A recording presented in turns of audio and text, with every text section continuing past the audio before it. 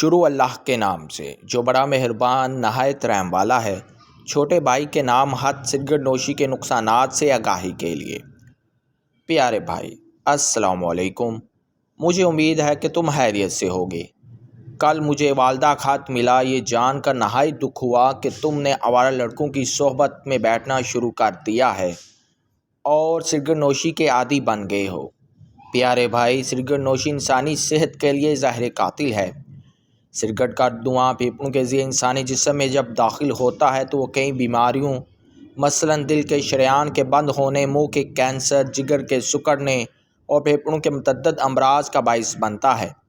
Cigarette نوشی کا عادی انسان صرف سگریٹ تک محدود نہیں رہتا بلکہ چرس، شیشہ، افیون اور ہیروئن وغیرہ کا استعمال بھی شروع کر دیتا ہے۔